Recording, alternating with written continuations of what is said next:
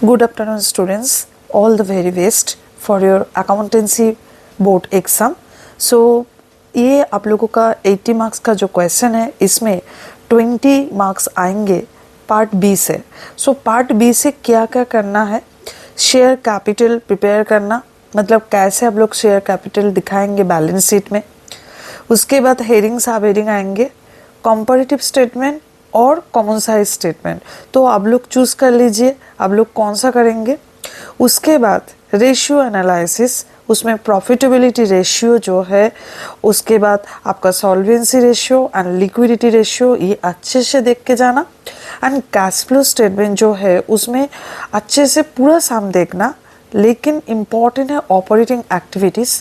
सो net profit before tax कैसे calculate करना है, उसके बाद operating profit and then cash generated from operating activities, ये कैसे कैलकुलेट कर सकते हैं वो अच्छे से देख के जाना. Don't panic, okay. तो फर्स्ट बैलेंस शीट जब देखेंगे, बैलेंस शीट जब रीड करेंगे कि क्वेश्चन जो है वो अच्छे से रीड करना है, क्योंकि आप लोग अच्छे से रीड करने के बाद आप लोग को पता चल जाएगा ऑथराइज कैपिटल क्या है, इशूड कैपिटल क्या है, सब्सक्राइब. उसमें अब दो क्लासिफिकेशन है, मतलब पेड अप कैपिटल है, fully paid up and non fully paid up.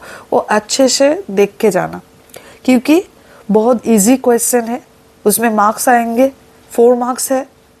तो नोट टू अकाउंट्स अच्छे से प्रैक्टिस करो, ठीक है.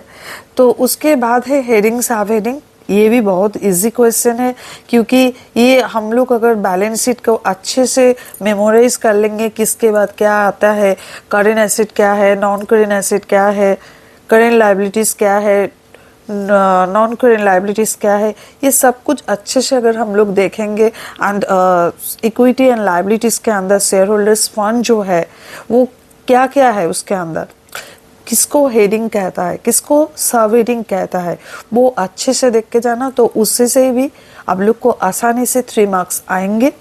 तो जो जिसको पैनिंग है एग्जाम में, अकाउंटेंसी में, ये लोग अगर ये सब प्रैक्टिस करके जाएंगे, मतलब शेयर कैपिटल बनाना, उसके बाद आपका हेडिंग सब हेडिंग, तो उसको पास करना बहुत इजी बात है. उसके साथ तो पार्ट ए है, उसका शेयर डिवेंचर है, पार्टनरशिप है, उसी से बहुत क्वेश्चन आते हैं.